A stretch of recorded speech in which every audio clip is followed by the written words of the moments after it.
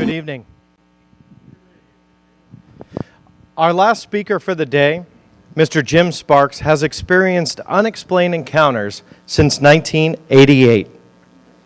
95 to 100% of the time, he has remained completely conscious, remembering every one of his experiences.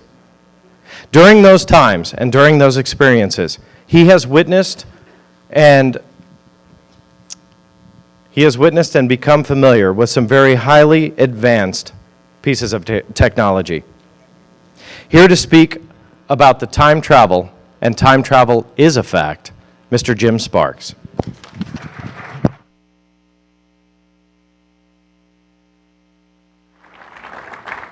Hey, can everybody hear me all right? Can you hear me? Okay, let me know if it gets duller. Hello everybody, it's great to be here. And I'm not too sure how many amongst you are very familiar with the Jim Sparks story. But to fill you in at first, I've had abduction experiences for the last 23 years. Prior to 1988, I had absolutely no interest in the phenomena whatsoever. Sure, I thought UFOs were neat and things like that, but that's about as far as it went. And abruptly and out of nowhere, in late 1988, I started having my first experiences. I didn't know who they were.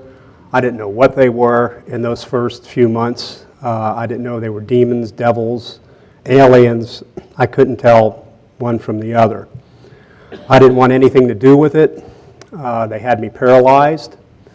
I was always in the same room, sitting in front of the same table, and they conducted medical procedures, wouldn't tell me who they were, why they were there. I could yell, I could scream, I could curse. I started loathing them, hating their guts. Better than 90% of the time, the extraterrestrials that dealt with me were commonly referred to as Grace, with the short little worker beans. I was forced to learn converting our letters and our numbers, block lettering, cursive writing into a symbolic form. I thought it was stupid. I didn't want to have anything to do with it. When I would get back, I've had well over 100 abductions, and the first 18 months were a living hell and a living nightmare. And there's a reason for all of this, because it's going to sound a little bit negative at first. It's because it's exactly what they are, and what they are exactly is non-human intelligent beings. Emphasis on non-human. They don't have the same social structure. They don't have the same social structure, and they don't have emotions as we do, and they're extremely difficult to be around or be with.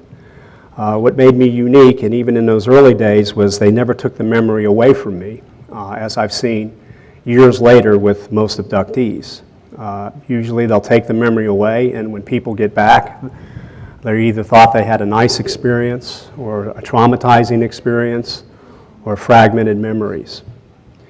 And this nightmare went on for approximately 6 years, but it started to improve as 1 year led into the other. I tried to run away from these guys. I fought them tooth and nail every time they wanted to do anything. I was on my own. Of course, I couldn't get anybody to believe it in those days.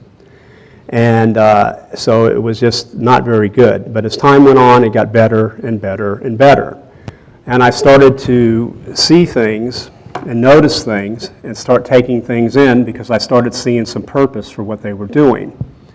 Little did I know at the time, which I'm going to get into now, and that's going to lead into their technologies, and then we're going to talk about the distortion of time, which time is something that I believe they've mastered, and that's the travel in it all naturally. But anyway, as things went on, I started to learn that this extraterrestrial symbolic form that they crammed into me to learn was a way of getting a monstrous amount of data in a very short period of time. You could take 20 pages of text and take whatever time it takes to read it, and then they could flash a symbol in front of your face, and you would absorb that whole 20 pages within a split second. So there was some kind of mental exercise with this, with that. So that started easing me a little bit, like, man, this is going somewhere. Any opportunity that I had in those days to get up and fight them, if I wasn't paralyzed, I would have, as I used to fondly say, now I fondly say, if you let me free, I'll squeeze your fat heads off your skinny little necks. And yelling and screaming and cursing and making up cuss words all along the way. But things started getting better as, excuse me,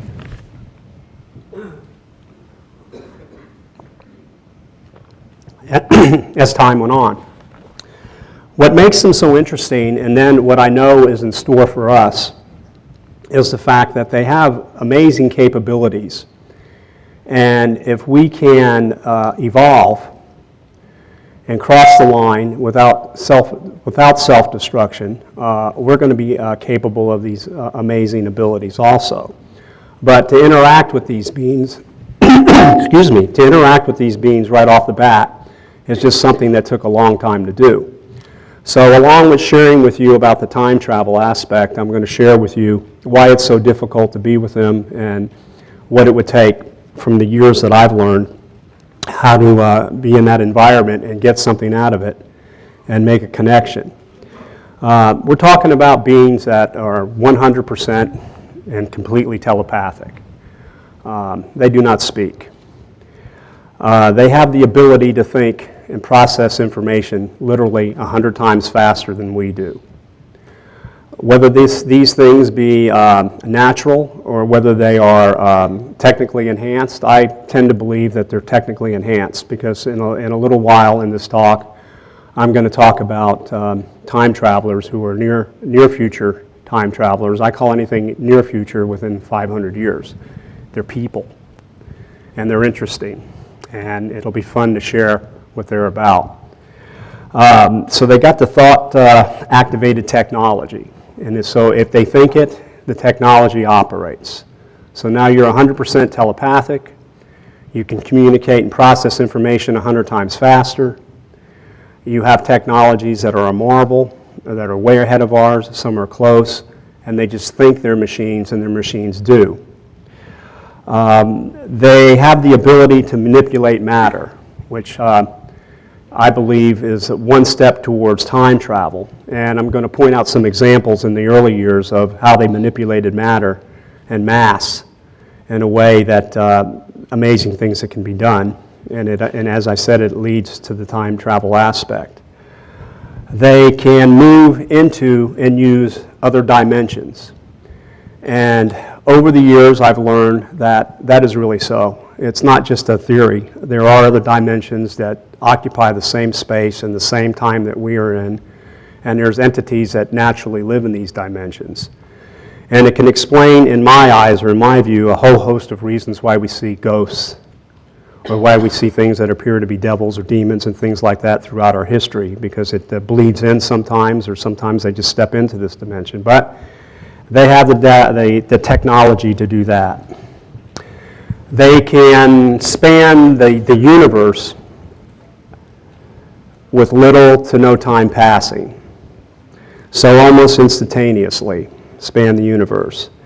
And I'll tell you what, they just beat the dickens out of our thinking. I used to didn't understand what 500 years or 1,000 years or several thousand years ahead in technology would mean when someone said, well, they may be thousands of years ahead. But I'm not putting them on a pedestal and putting them in a godlike manner, because I don't claim to embrace alien culture, and I still have a strong and healthy skepticism about everything they are. And I always make my points in that manner, hard, firm, and strong. But I earned the right to interact that way, and it took many years. But they do have the ability to travel that fast. But what's interesting about them is they are just the best tricksters in the universe. They can pop in and out of our skies. They can put thoughts in your head and make you believe they're benevolent or they're not benevolent. They can take the wisest minds on the planet and lead them to believe the technology is such when there's so many light years ahead, and the things that we care about they don't, and some of these things are pretty neat, some of them are beyond my understanding. But they can travel that way. And what I really would like to get out of them the most is these beings have conquered death. They don't have to die. They figured it out. And I think what would be neat for us as human beings is to be able to possess something like that for the first time in our history. And I'm going to go over some steps that also in this that point in that direction that we can evolve to that point where all of us can get there. But what I like about the idea of conquering death and the way they are is they have all the time in the world to learn. They starve for data. They love information. If there's an emotion there for anything at all, and they have emotions in different ways, it's that for information. It gives you all the time you could possibly need to know and change and pick your destiny, to know where you want to go spiritually, to possibly really see for the first time in human history what the hereafter is, instead of dying first to find out. Making a choice or making a decision whether you want to go to the hereafter or evolve to the next step, because you have the knowledge. You will always have the know on what to do, when to do it, how to do it, and feel better than you ever have in your life. So if you could take the prime of yourself and feel that way every living second, and knowing that you're not going to pass away, what can beat that? And make all these choices. But, however,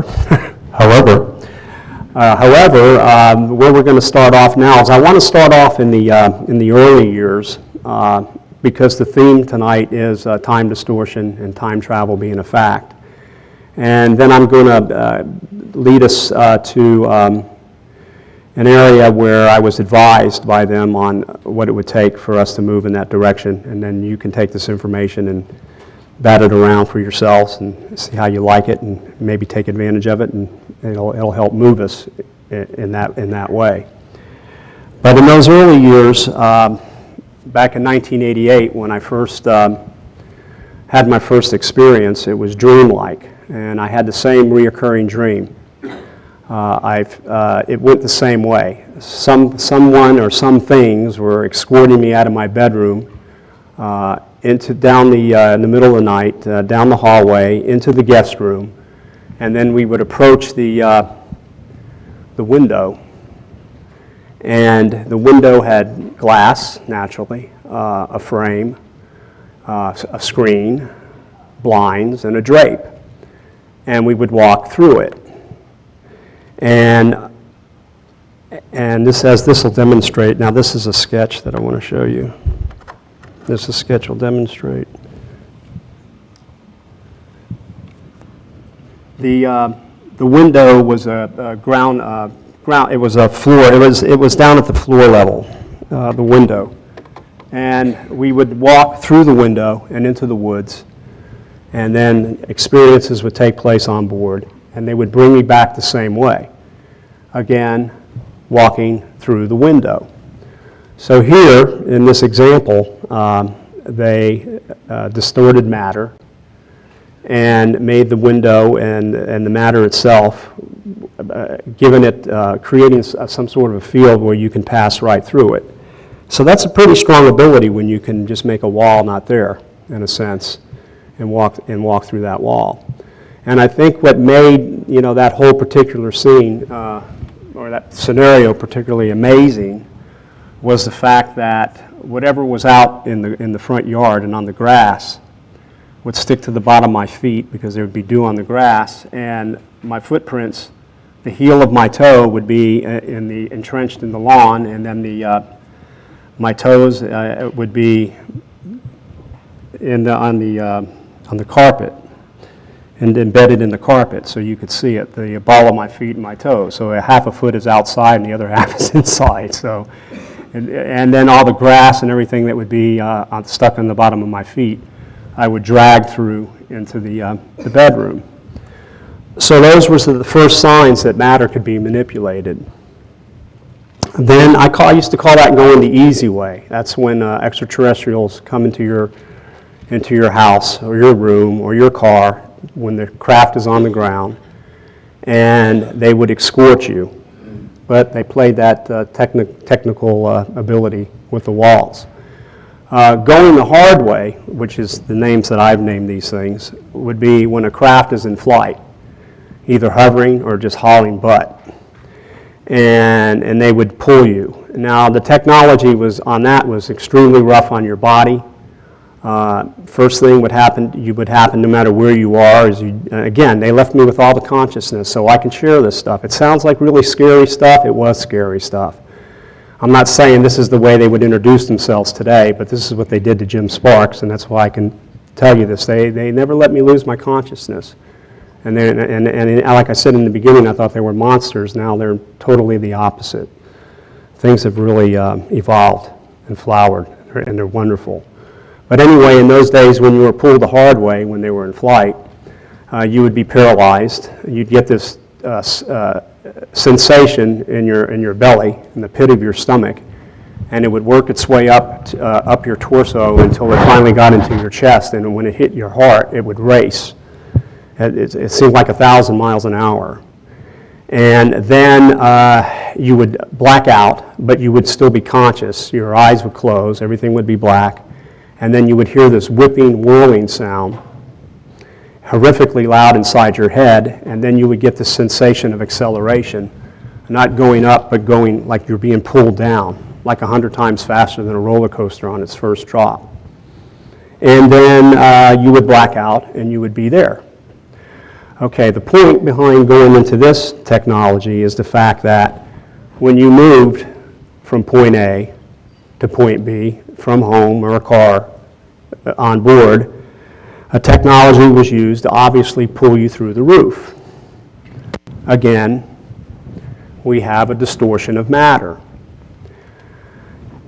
You were never encased in anything. You weren't inside a ship. You didn't have the protection of a craft.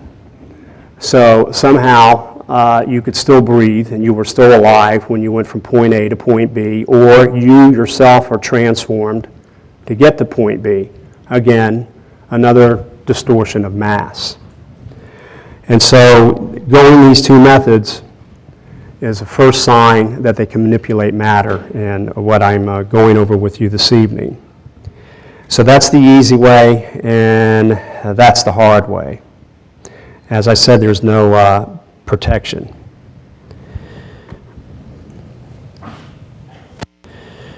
During these time periods on board, I would ask them over and over and over and over again, why me? Why me? Why me? And I could never get a response, a direct response. They never would answer the question. And I would scream and yell it, and as the time went on and on and on, I had one particular experience. Now this is going back, like I said, the first few years, and this is going on 23 years, where they went through a procedure for intellect, and I did particularly well, so they let me ask a question that I could get an answer. One thing about these guys is they don't like you to ask questions. They're only going to let you know what they want you to know when they want you to know. Because a lot of people say to me, hey, can you ask them this, can you ask them that, but they just let me know what they want to know, so it almost does no good to do otherwise, but at least in that day and time. So when I said, why me? That was, I want to know why I'm here. Instead of putting it into words, the first holographic scene showed up in the air, and the first part of that scene, let's see if I can get this gizmo to work here.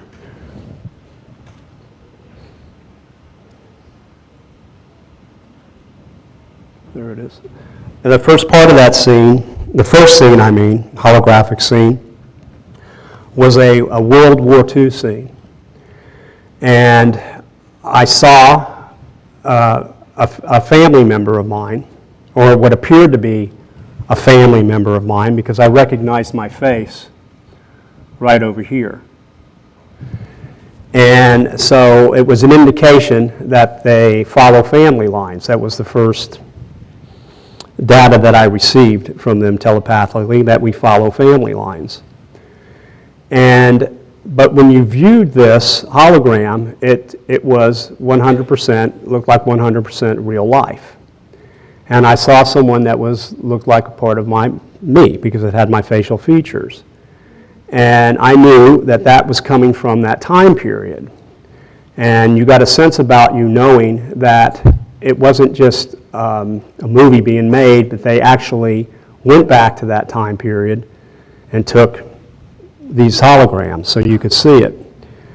And then the next one that came up was, I would say, somewhere around the 15th century. And it was a community on a mountain, a village on a mountainside, and it was a farming village, and it could have been a fishing village too because at the bottom was a sea, and it could have been Sicily because my father's side is from Sicily.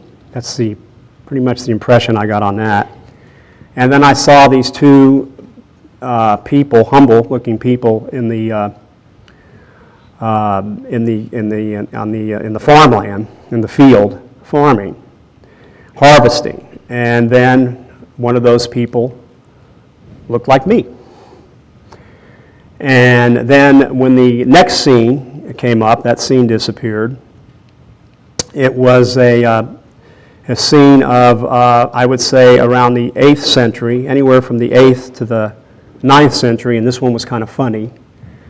Because it showed someone that looked like me again, sitting with 3 other guys, and we're in that, Dark Ages, medieval type clothes. I had this stupid hat on that was kind of pointed like a leather hat, and we had large mugs, and we were obviously blitzed. And I'm watching this thing, just to see this thing in real life just appear before your eyes, and I'm watching this silly cap that kept falling in front of my face, and the rest of them were laughing at me, and I would get it back because obviously I was lit, and it kept falling back. I was trying to drink the beer. So we're still messing with time in a way, but it's going to get neat here. So the next scene, which I believe I have here, should be the next one. Oops, that jumped too far. And let's see.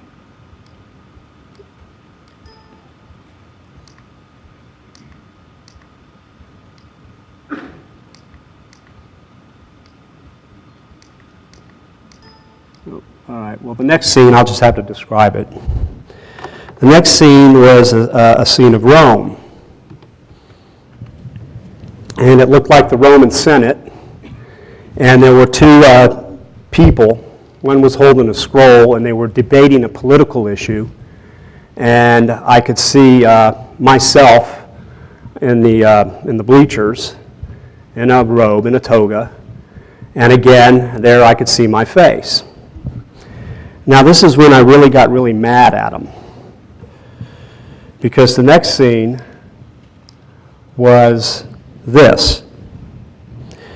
They looked like half ape, half human. They were foraging for food.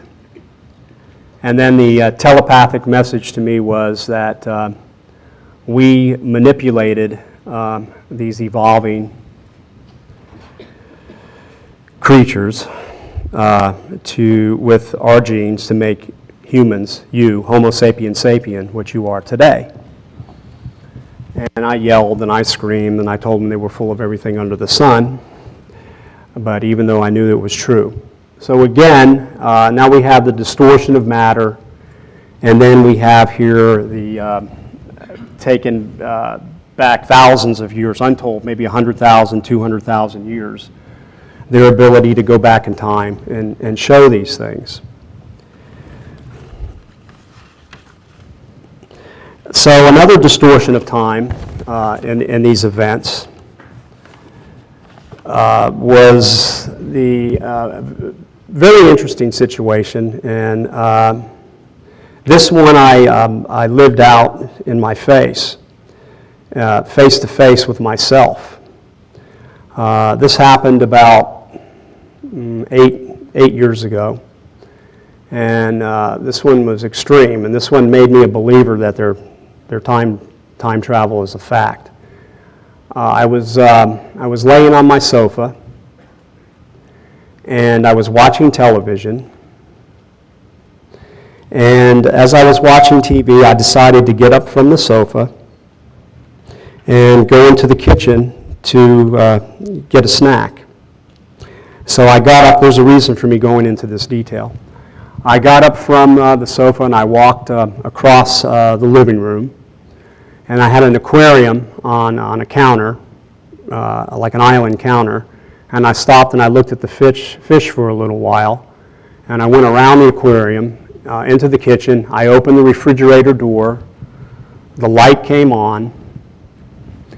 And I tinkered around in there, took a drink of Coca-Cola, took a bite of some ham or something, and I shut the refrigerator door.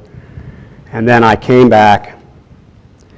And I walked back to the sofa, and I laid myself back on the sofa like this to watch TV.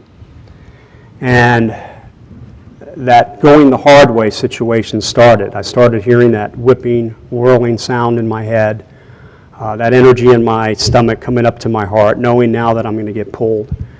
And they took me on board, and they went through a couple of hours of procedures, and then they brought me back. And I found myself back on the sofa in the same position. The only problem was, and this was the real eye-opener, they brought me back about 2 or 3 minutes before I left. So amazing point one was a couple of hours went by there, and here I am back 2 or 3 minutes before I left. How did I know I was back 2 to 3 minutes before I left? Because I saw me standing in front of me with its back facing me. It scared the holy gaga out of me. Walking towards the kitchen, and I kept my mouth shut, and I was shaking, and I was scared, and I was watching myself in solid form, looking at the fish. Going into the kitchen, I heard the refrigerator door open so I can hear the physical aspects of it. The light came on, and I'm watching myself tinker in the refrigerator, getting something to drink, just like what had happened, as I had done it. And then the refrigerator door shut, and me, the other me, started coming back. And that's when my heart started racing almost out of my mouth, because I was wondering, what would me do if me saw me? And what would this me do? And interestingly enough, as I came back around the aquarium and I started heading back to the sofa, that me didn't see me. I could see myself, but my other self could not see me. And then I got even more scared as this other self started walking towards the sofa because I was afraid he was going to squash me and lay on me. And I didn't want me to do that. However, when the other self from the past, so you might as well say I traveled back in time. When the other self from the past came within a couple of feet of me on the sofa, it started to fade away as it came in. So these experiences were wild, but they were technology, and I knew it was. And I later learned that none of these things were happening by accident in these 23 years. There was a purpose for all of this stuff. I smoke cigarettes. To give you another example of their technology, how they can save the planet once we can loosen it, and I'll go over that in a second, and then it'll bring us back to time. I'm a smoker. I never asked them to do me any favors. Okay, so I'll start right there. I find myself in an experience, and it's a medical procedure, and I become conscious in the middle of this procedure. And I find myself on a journey, and I smell this horrendous saliva. I'm paralyzed, I can't move, but I could see, and I'm at an angle where I'm laying on my sideways on it, and I could see, but I smell this awful smell of saliva. And I could see this square box-looking thing, like on a shelf, and I don't know what's going on. I just know it's a medical thing. I've been through it before. They've extracted semen. They do the anal probes. They do everything that's so much fun. And this was some other thing they were doing, because now as the years went by, in those first 6 years, even though I still hated their guts in that time period, I would see what they were doing, and I didn't understand it, and I blacked out. That was the end of that. And when I regained consciousness, I found myself, this is one of the first times they set me free from being paralyzed. I found myself in that room over that 6-year period of time, not paralyzed. Now, it took 6 years to get to this point, and I'm standing in the room that they've had me paralyzed, sitting on this bench and a screen in front of it, and a teaching machine. The teaching machine was artificial intelligence, and it would combine with your mind and your body and your soul, and it would teach you things. And it was a fascinating machine. Any scientist would give its eyes tooth to have something like this. It was a phenomenal machine. At the time, I still didn't like it, but I was free for one of the first times ever in those years. I was standing and leaning on the table. And then through the corridor, which these guys usually came through, here came two grays. Amazingly enough, I didn't run after them and try to kill them. I didn't try to tear the ship up along the way to see if I can get into the engine room or anything like, a movie. And they came into the room, and they were holding one was holding a black box. And so they walked over to me as they walk, kind of funny. And I look at their face, and I look down, and I look at their eyes, and I look down because I don't like to stare into their eyes because they absorb you. And I was still a little bit feisty when I responded to them. And they took the black box, and they put it on the table, and they pushed it towards me with their bony fingers, and then backed away from it. And I said, "What the hell's that?"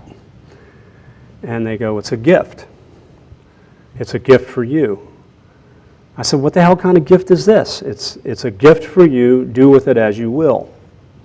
Again, there's a reason for all these little things, not just to gift me, but again, it's over the years. This was kind of neat, but at the time I was still quite apprehensive. So they walk out of the room, and they leave me there by myself, and I go over to this box that's on the table, and I don't want to touch it, I'm afraid. Is it going to electroshock me? Is it the big joke now? Right? Is it going to make a noise? Maybe they have a sense of humor. By the way, they do, and I wish I had time in this talk right now. They have a cynical sense of humor. It's pretty funny. If there's time, I might say some of the things they do, but over time. But this was years of BS, years of not letting me know who they were, why they were there, what the reason was. But as I said, as these things evolved, I started seeing a bigger picture, and I can sit here and tell you these things today. Some of these things may be hard to swallow, I understand. I respect you just the same. I have no problem with that. And when I came forward years ago, screensaver. When I came out years ago, I knew that if I had tomatoes and rotten eggs thrown at me, I would just have to accept it. For those of you who can use this information, let it be with you. Anyway, so I walked up to the box, and I finally touched it, and it didn't hurt me. And I picked the box up, and I was turning it around, and it was perfectly square, about like that, and it was black, absorbent black. And I turned it, and I couldn't see no lid, so I shook it, and I couldn't hear anything.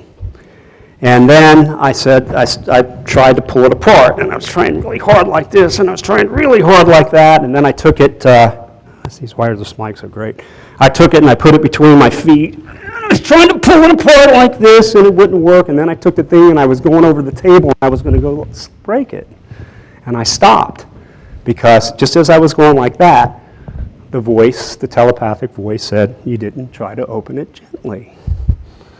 I said, "Oh yeah, okay." So I grasped my hand over the top, and I just slightly pressured and pulled it open, and this horrific, horrible, most stinkingest smell came out of this box.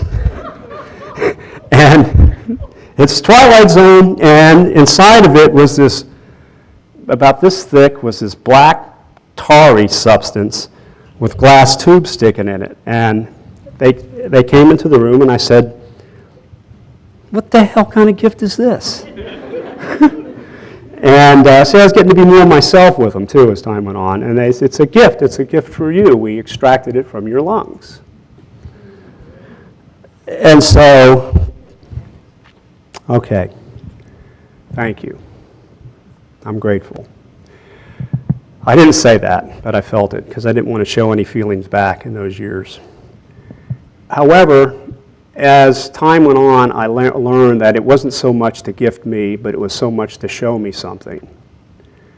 It was to show me that they possessed the technology, and so did the black op people, to molecularly extract any kind of toxin, any kind of impurity, or in my case, any kind of tar, molecule by molecule, into a reception box.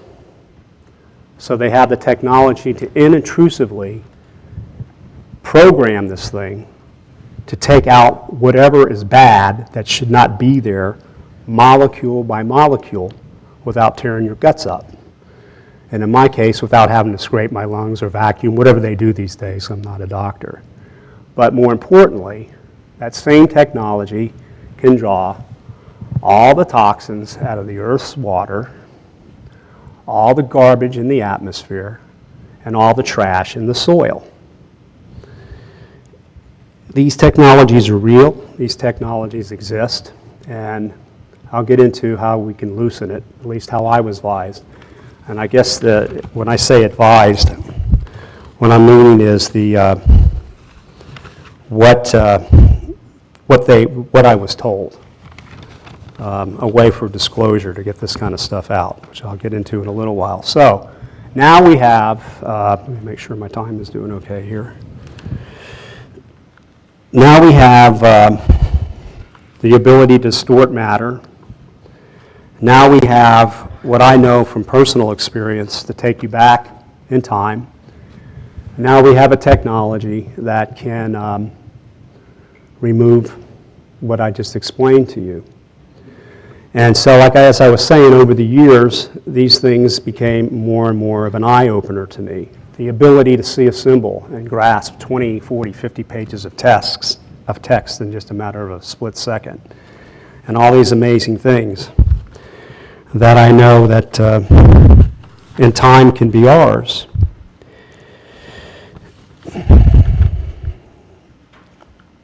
The thing about what most abductees will share with you, particularly the ones that retain some memory of the experience. And by the way, it's really interesting to watch these guys operate, because they do take the memory away.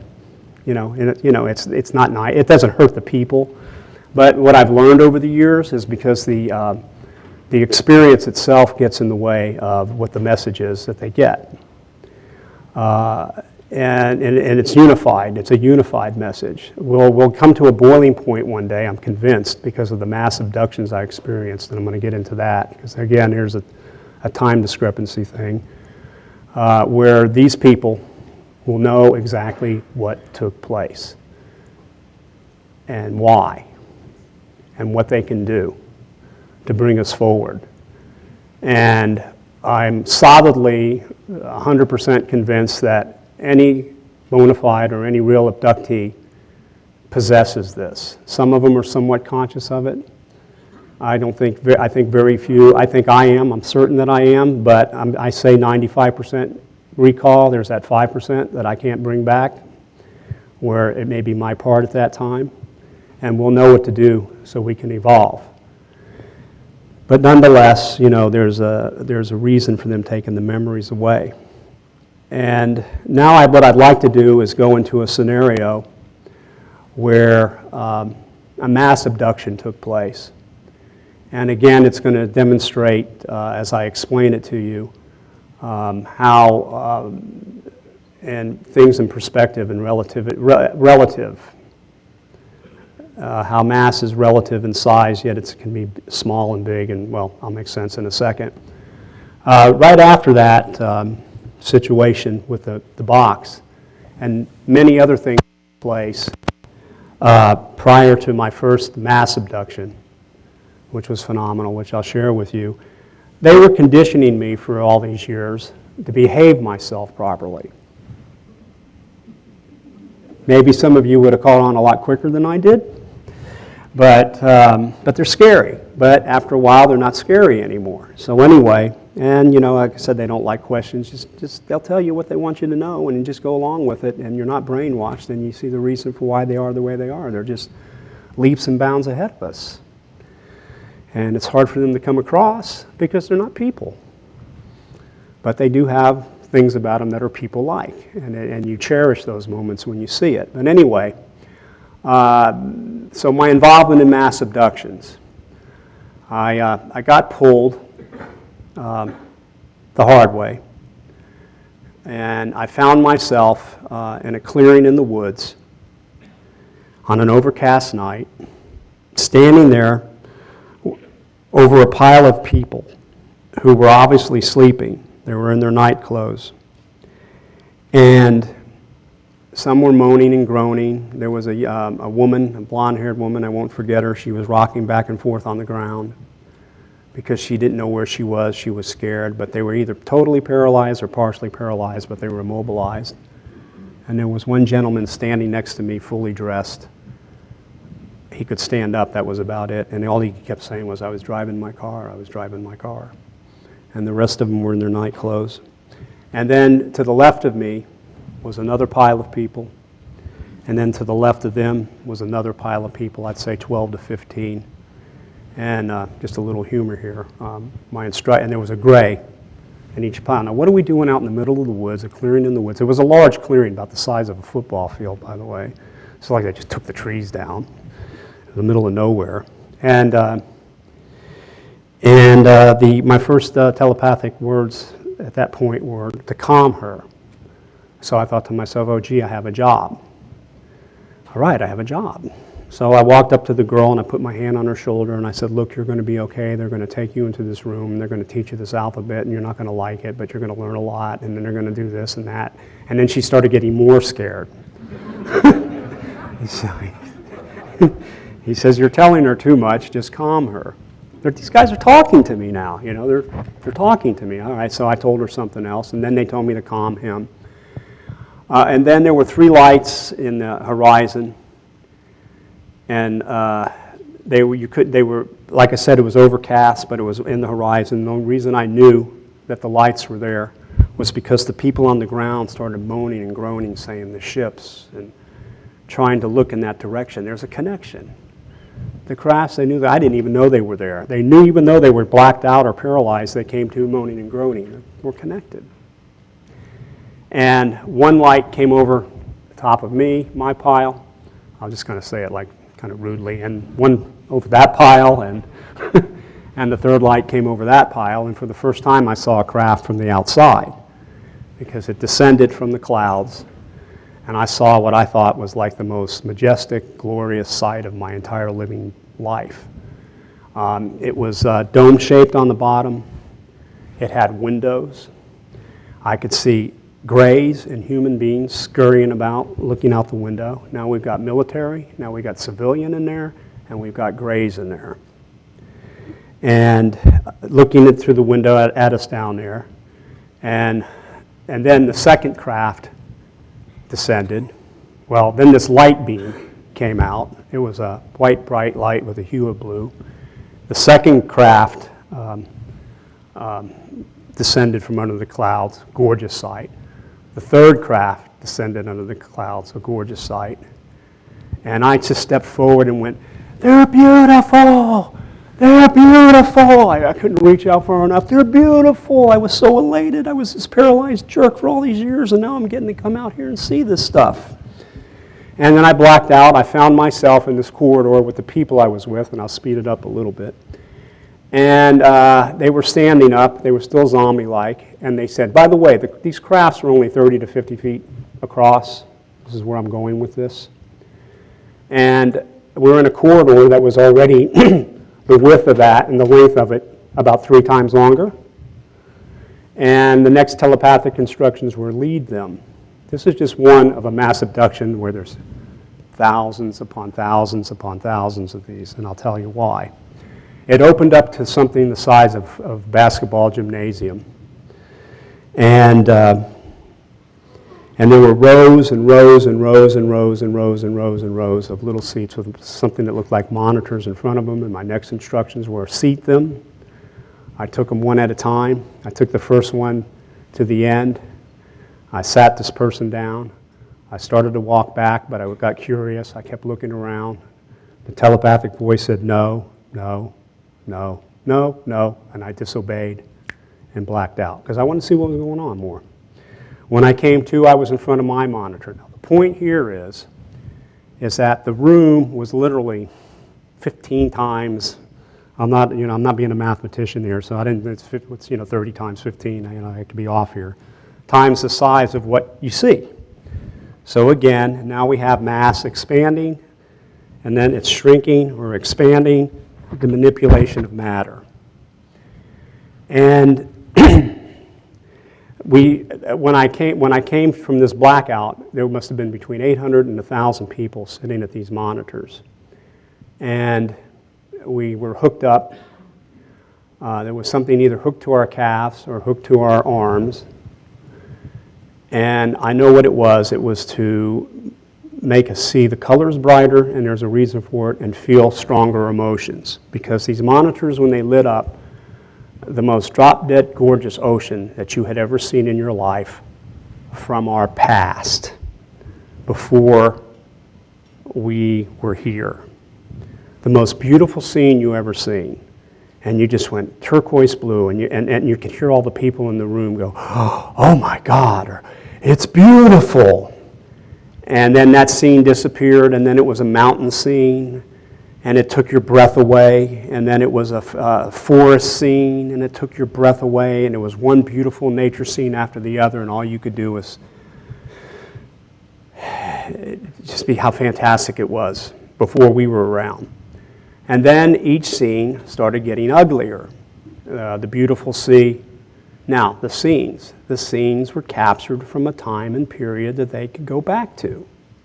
Now we have again, see, I'm backing up this time thing with you, because when I start talking about the human beings that I've seen, it'll make more sense instead of me coming up here, oh, by the way, I've met a time traveler.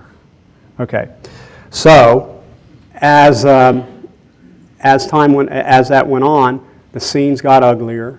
There were dead and bloated fish on top of the water, bringing us to the current and into the future. The trees were diseased. The air was polluted, and one after the other, they got uglier and uglier and uglier. And then the telepathic message, as if on a PA for everybody, was, "You're killing your planet. Your planet is dying. You're killing your planet. Your planet is dying."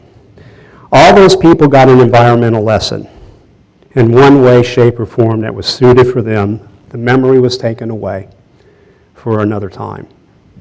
This is something they do. And again, we got scenes from the past. We got scenes from the future. And we've got rooms that seem small and then large. Once you get inside it, they have the ability to do all these things. And now I'm going to get to the interesting part, which, if this isn't already interesting, which is our time travelers. Now, this took, here I am 23 years talking about this and all these upsetting things that I started with and how one thing led to another and how this has evolved. I'm in they do these things under our noses. They bring people back. that they've bred, that they've raised in other worlds, human beings, right from the embryo, semen and ova, and they bring them back in their 20s, and they bring them back in landing parties, right under our noses, dress them up for wherever they are, and they love to take these people to tourist areas where everybody kind of dresses up funny because they're from everywhere else. Large Disney World-like places. Anyway, how do you know a time traveler? One of my first ones, I come walking into a public place and I sit down, I have myself some dinner, and I order myself a beer, and I'm looking at the menu, and all of a sudden my heart starts to pound real hard in this chest, and my spine straightens up. And I know this sensation, it's the only sensation you get when you're around that extraterrestrial technology. Only now I'm sitting in a public place. I don't know what's going to happen. This is one of the first events. It is inclusive, a sensation is totally inclusive of that scenario. And this person, this man, walks into the room and he telepathically says to me, "Do you mind if I sit down?" Now, this is a perfectly normal looking human being. And I already got the gist of how we were going to do this scene. One speaks telepathically, the other one responds verbally. The other one, when it's his turn, responds verbally, and the other one responds back telepathically. This is a human being, I'd say within 500 years, he's us. So now, if you can imagine a conversation, like, no one can understand what you're saying, right? It's always half the response is missing from one person or the other, right? It's kind of cool, right? But you both know what's going on. So I thought, hey, that's really neat right off the bat. And, you know, he sits down, and now I know how to behave. You don't ask questions, you don't reveal anything, you behave yourself, I mean, all these things come from conditioning after all these years. He's one of us now. From what exact time period, I don't know. He sits down and he says to me, "So what's your name?" So I give him a BS name. You know, remember, I don't know his guys. He says, "No, it's not. It's Jim Sparks." And then we're communicating lightly about where I'm at and why I'm here. And he says, "What are you drinking?" And I said, "It's a Budweiser," into this conversation. It was my first beer, so I wasn't lit. And I was actually ordering food, nothing to concern yourself there. But anyhow, and he said, "How much is it?" It's going a telepathic thing back and forth. I said, "They got a special tonight, it's $1." And so he opens up his billfold, and I could see it.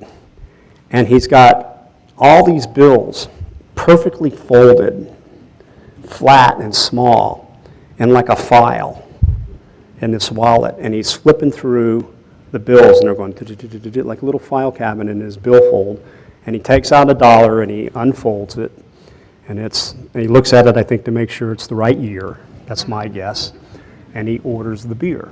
Okay, so he gets his beer. And then he says to me, and this is where it gets really neat, he says, "Do you have can you get me a pen? Can you get me 2 pens and a sheet of paper?" And I said, "Yeah, sure." So I went up to the waitress and I asked for 2 pens and a regular sheet of paper. Now he's going to show me what near future people can do. So he takes 1 pen in one hand on the table from the left of the page, top of the page, and he takes his right hand to the bottom of the page, and he proceeds to write my first and last name with both hands at the same time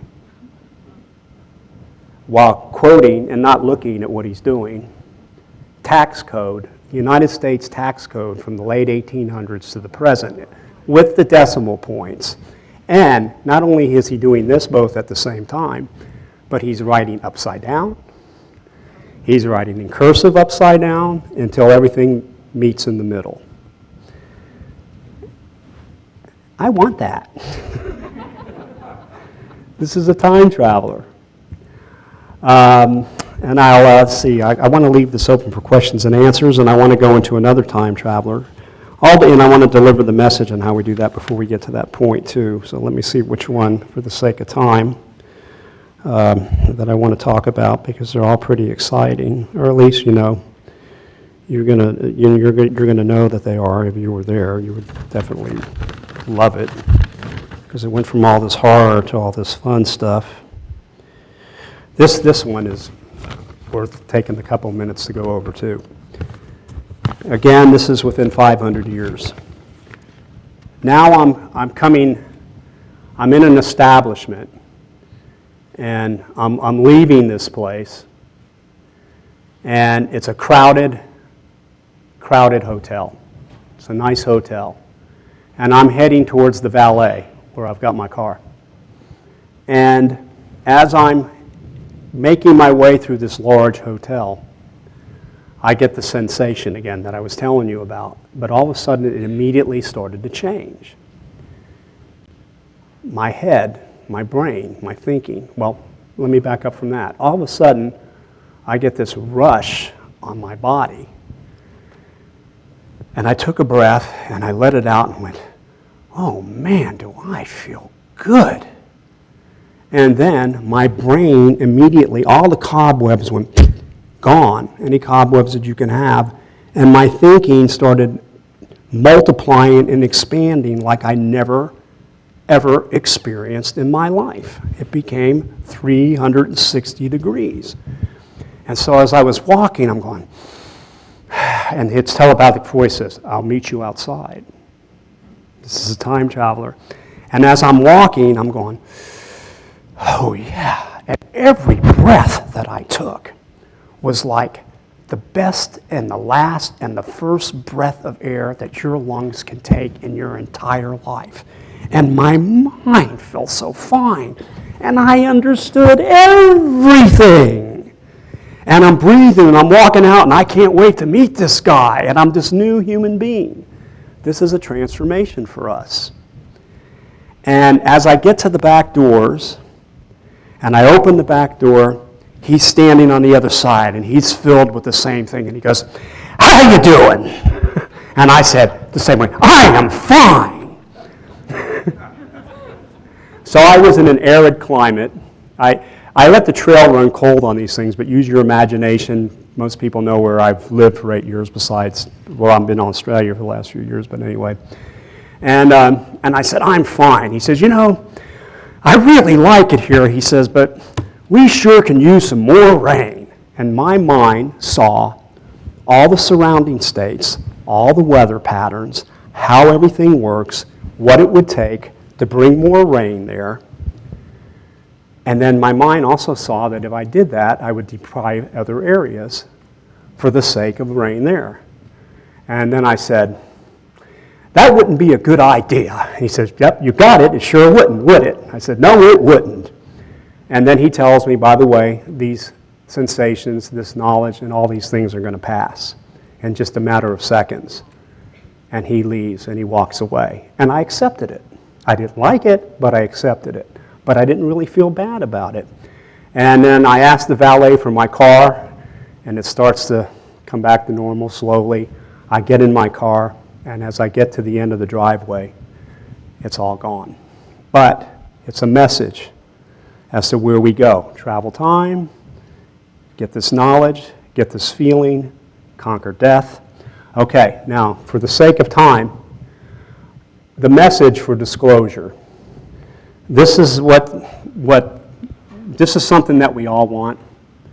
So I'm going to give you what they said to me to understand, a way of doing it, which is they claim that right around 60 years ago, they came to this planet after we were discharging nuclear weapons in hordes and met with leaders of the day and struck bargains, made deals, made treaties, contracts in a sense, for us to no longer use nuclear weapons. Don't build any more, don't make them any better, take them apart, get away from chemical and biological weapons, stressing on both of these things, and making arrangements for the Earth's environment in exchange for these super technologies.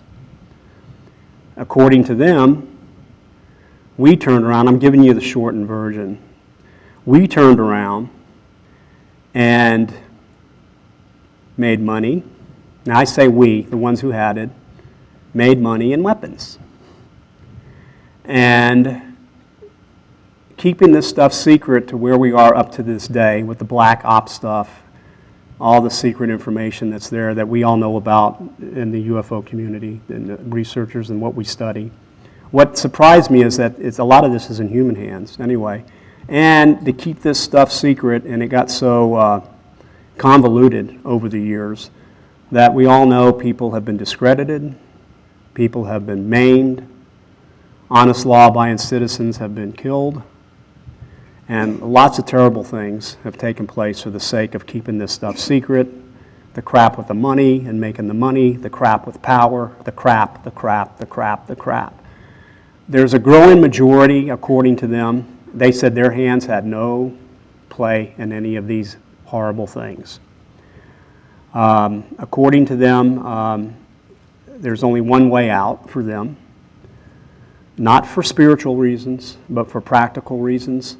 And it's just something for you to think about, and I know there's those of you who've heard me say this before, which is 100% complete amnesty. This is a step towards disclosure. These people are afraid for their asses. You're coming forward saying, not only are you bringing these things forward, but along with bringing these things forward, the truths of what they've done are going to come out at the same time, and they're afraid of that. And so a 100% amnesty. So whatever it is they come up with, they can't be tried, they can't be charged or tried, prosecuted, or put in prison, or whatever the case may be. What have they done? Well, over the years, as I'm sure most of us know here, people have been put away, or people have been discredited, or the memory taken away when they get too close to the truth. And all these terrible things that God knows, they know, and I don't. But it's a major hindrance for disclosure. And we all want disclosure. We're all working for it. We're setting up the politics for it. We have the mind for it. We know what we want. The second aspect is what they'd like to see, but they emphasize more the amnesty more than anything. And the second point is a hands-on global project that involves a vast majority of human beings in this world to do something, so we can say that we all did this together, and it's a first step. Now, one of my focal points would be the rainforest, to protect the rainforest by law, and Amazonian rainforest, and it's these two things. And with these things in play, they'll meet us somewhere, but we need to move in this direction. They're not landing on your lawn or down the street, or making connections on a massive global basis because they want to see these cards on the table, they want to see these things come out, and they want to see these things. They're claiming that we are at a pinnacle point in our time, because what I've learned about time, which I'm happy, now this can be argued with every scientist in the world, but this is just what I picked up. The butterfly effect, where a little thing can make a major change in the scheme of time in the universe, is almost the opposite. It takes a tremendous amount of energy to change make the smallest change. Time is resilient and wants to go back to what it's done before. It plays itself out that way. But according to them, the scale is balanced. It's a time in our history that's rare in the history of the human species. We've been here before, we've been here in other places. And a little bit to the left or a little bit to the right can mean self-destruction, or we all evolved to make it. The time travelers I'm seeing, and here's where the sneaky grin is, some of us make it, the way we are, but the majority of us do not. But I said it takes a tremendous amount of energy to change the smallest thing in time. The balance is that fine right now. So anyway, that's what they're claiming, the amnesty thing. And there's 10 minutes remaining. I'd like to leave that open for questions and answers. Q&A?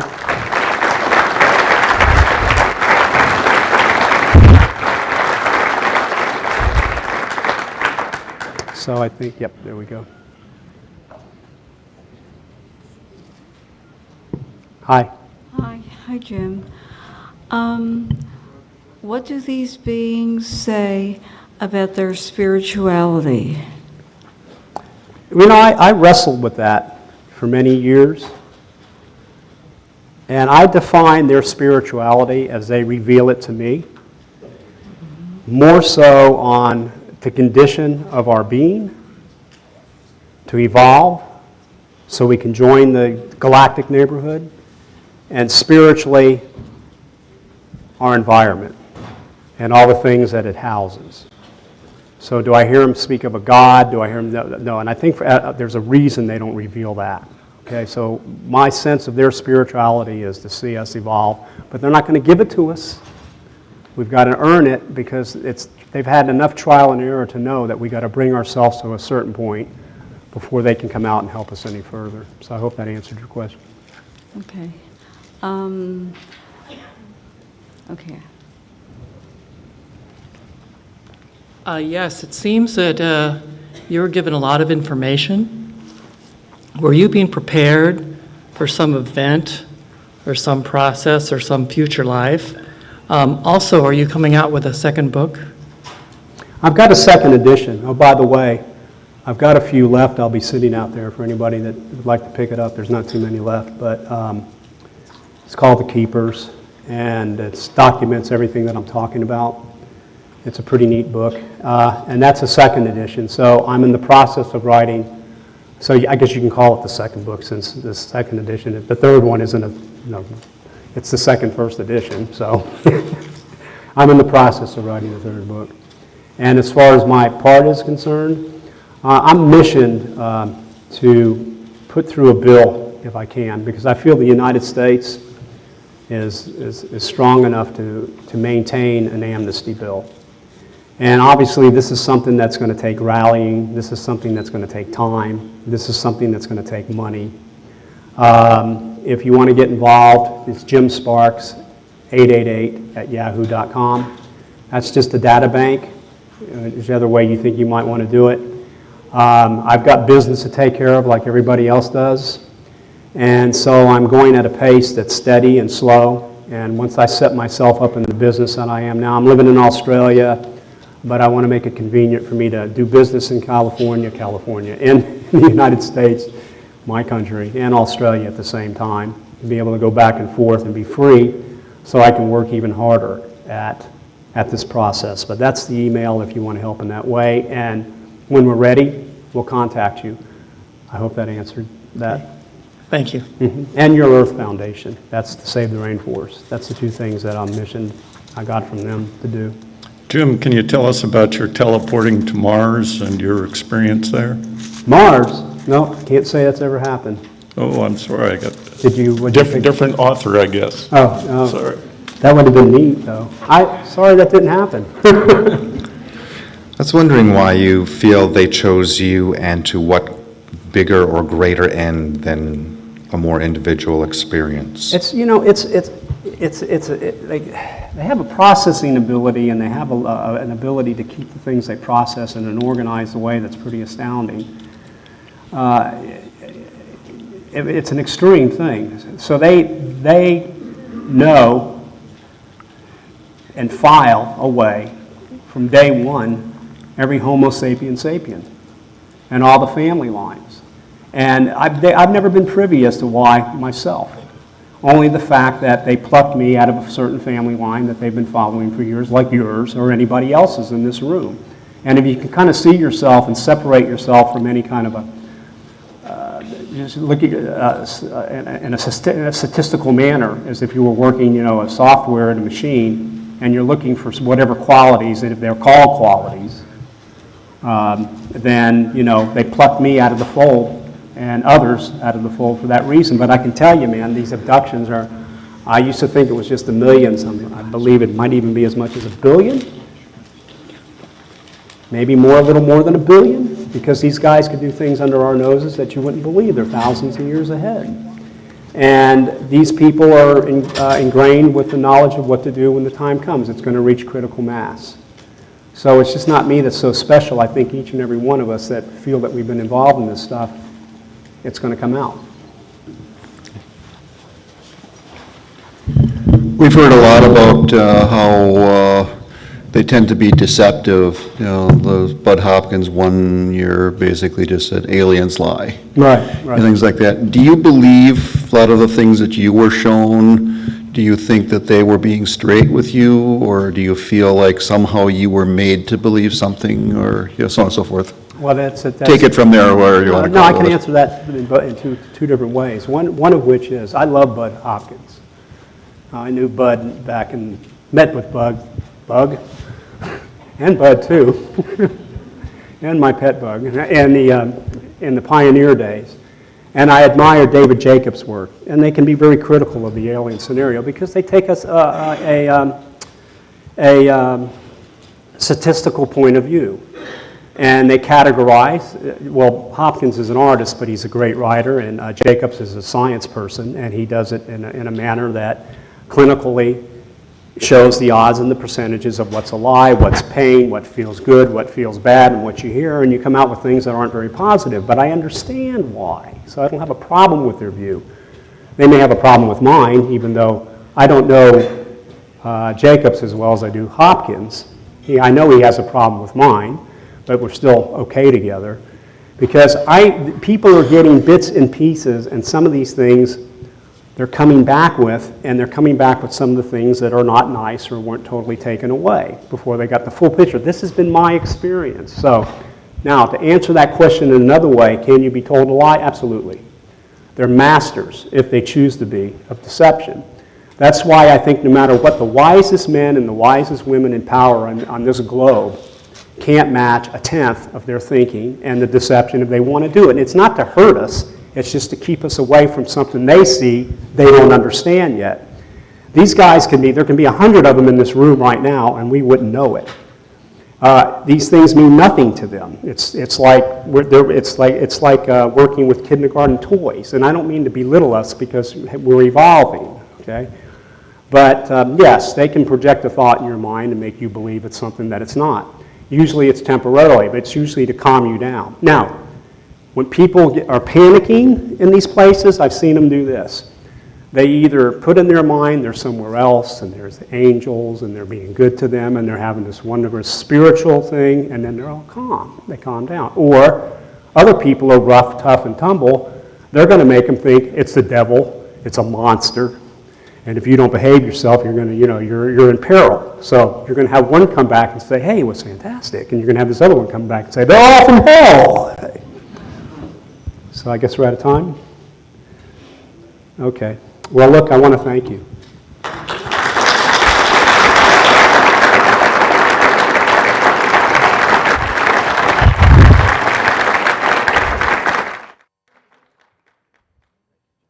Okay, yeah, thanks for all your help, man. You're a real pro. When I say people are pro,